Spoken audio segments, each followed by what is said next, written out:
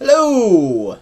It's been a while since I've been on camera before. No need to tell me the sound is probably crappy because I rarely use this camera for that very reason. No reason to tell me my hair is douchey because, well, Arky Fantasies has a way she likes to do my hair, and she's been out in the field for about 3 weeks for a while now, and it's overgrown. And I've been unemployed for about a month now, so it's one of those I didn't really feel like going to get it cut. So, however, she's going to do it tonight because Monday I start a new job, thankfully. And it is in the exact field I want to do, cell biology and genetics. It's at a local university, and I will be banking Alzheimer's cells. People will be sending in blood samples. Somewhere, someone will have the information on them. If a doctor or a scientist wants to do research on them, they will ask for them, and we'll have them and the genetic material in case they want to take those genes and put them in, say, a E. coli bacteria or something like that, some other vector, and then they can get it from us. What my job is going to consist of is basically taking those blood cells and doing what's called immortalization, or transformation of the cells. Cells can technically live forever if they are in the right nutrients and their waste is removed. So what we're going to do is we're going to grow these cells in little vats or flasks. The mutants in this flask that are best suited will then live immortalized, and they will be reproducing like crazy. Evolution doesn't exist and it doesn't work. Right. These cells are now the best ones for living in these types of flasks. They have now evolved. I can tell you that ever since I found out I got this job, my cortisol level has dropped. You cannot believe how my appetite has just dropped. I was like eating like crazy out of boredom because I was sitting around. I've been unemployed for a month and underemployed since April, so it's so weird just to see me. I've been working out every day for this entire month, basically last 2 months, and I finally started to see a weight drop from all that work I've been doing. So is just amazing. It's so easy, much easier to stick to my diet since I don't have nearly as much stress now. Now I've just got to cross my fingers, work hard, and hope that my Asperger's doesn't get in the way of impressing my bosses. So, anyway, I've banked a few videos that I want to keep going with. I've got I actually have a new What the Heck is Love video coming up. It's going to be covering testosterone. It's a 2-parter. So don't worry, I won't go away. The next 2 weeks I might be a little bit slower. I might be down to like 1 video a week. Next week I should have the testosterone video, which is a 2-parter.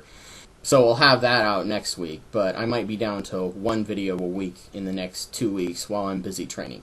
My Intelligent People book is now up to 93,000 words. And it's going to get up to 100 here shortly. Some of that I'm going to put up, some of that I'm not in video format. So after that, all I'll have to do is go through and make it readable and not blog style, and then cite source everything I haven't so far. So that might take till the end of the year. But on top of that, with the reason why I'm starting up the What the Heck is Love series again is because that is going into a book that's probably about 1/3 of the size that I'm going to write, and it's going to be called When the Whole Truth Seems a Lie. It's going to be a book specifically for people with Asperger's or autism and socially awkward, discussing how you are perceived by other people affects it. With Auspies, we're so concerned about the truth in words, but many times the way we project ourselves, we might as well just be telling a complete lie because it doesn't pick up that way in other people. It's going to discuss both workplace environment and relationship environment, which is why the What the Heck is Love series is going to go in there. I'm thinking I'm going to try and get that one out first. I've got that one half written, because if I release that one first, people wouldn't have me tied to atheism before the Asperger's book comes out. So, on to the next little bit. Divinity Quadruple 3 has tagged me in a video, and I'm sorry it took me so long to get to this, but it was about basically slut shaming, and give 2 examples of, hypocrisy in terms of like slut shaming. And my problem is, for one thing, I haven't been on the dating game for a while, so I haven't seen it as much as I used to. So it's like not at the front of my radar right now. But I have two areas, and most of them actually have to do with the double standards of youth. Sex levels in movies. Back in the 80s, they said that teens used to sneak into movies to watch adults have sex. Nowadays, adults go to movies to watch teens have sex, and just that constant sexuality without talking about safe sex, it's pushing sex without teaching responsibility in sex, and that it's okay to have sex if you're doing it safely and if you're responsible both physically and emotionally. So, I mean, there's a major problem there. And the other one would be things like child sluttiness. Like, you have the tots and tiaras that are shaking their asses. They seem to be there just to make pedophiles, you know, that seems to be what they're there for. And it's just giving this bad impression to younger kids. On top of that, I mean, you've got things like the Jersey Shore, and they just ran studies on that one. They just showed that about 50% of teen girls watch that, and of those 50%, 50% of those see that as a realistic way of living.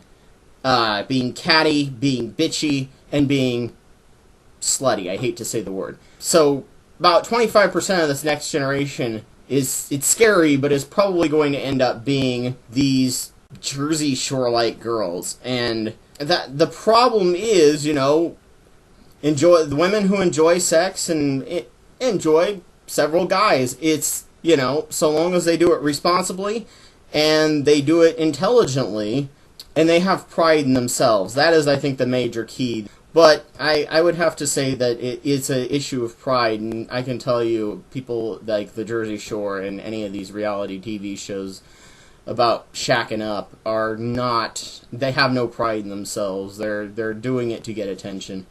But that doesn't mean that most, if not all, women don't have to do that. Women have the capability of doing so while having pride in themselves. So, I hope that fits your qualifications. That's the best I can do right now. So there's the tag right there.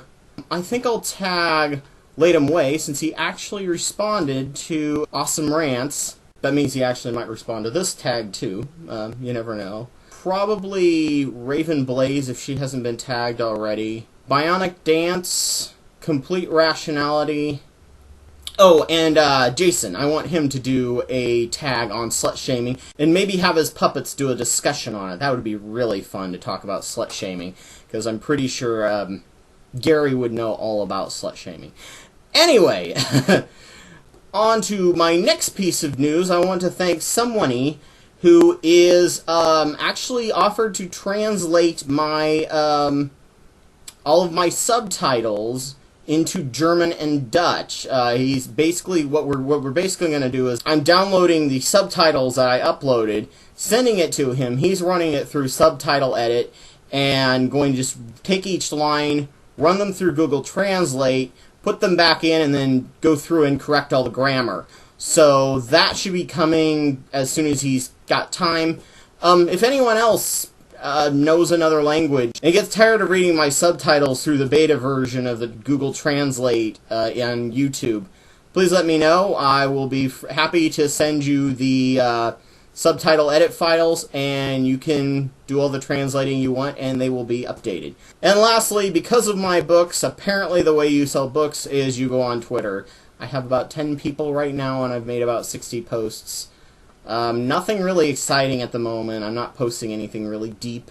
But if you are interested in hearing me tweet, I don't know. I do exactly the same thing I do on Facebook. Just on Facebook I can actually put a detailed intellectual conversation together, whereas I have to try and do... I still haven't figured out what the point of Twitter is, but I'm there. So, because I have to line up like a sheep. Reason Rally. I'm going to try and be there. If we could, I'd like some form of meetup for YouTubers or anyone who wants to meet YouTubers. I mean, we're the small fry. We're not like Zomgets Chris or, you know, Aaron Raw or anything like that. I mean, it'd be cool if they showed up. But I would like, if we can, to hammer out some sort of YouTube gathering. Let's say starting Friday to see different areas, and on Sunday, you know, see different areas and then head home. So not just there for the rally. That'll just be a midpoint thing. That will be, you know, really awesome, because Dawkins will be there, and Bad Religion, and Peasy Myers, and, you know, we'll see all the big names in in atheism and science, but, you know, at the same time, I'd also like some more one-on-one and exploring DC, because I've never been there. I talked to Zonstar, and he says he's not sure if he's going to be free that day. He's going to be really busy, so I need to talk to some other people about it. I think I know one other couple who lives in DC, and ask them if they want to hammer out some things for us to do. But we'll try and get that done. If anyone wants to show up and say hi, we'll see if we can't set up a central meeting point and just kind of hang out. So, everybody have a wonderful day, and I shall see you later.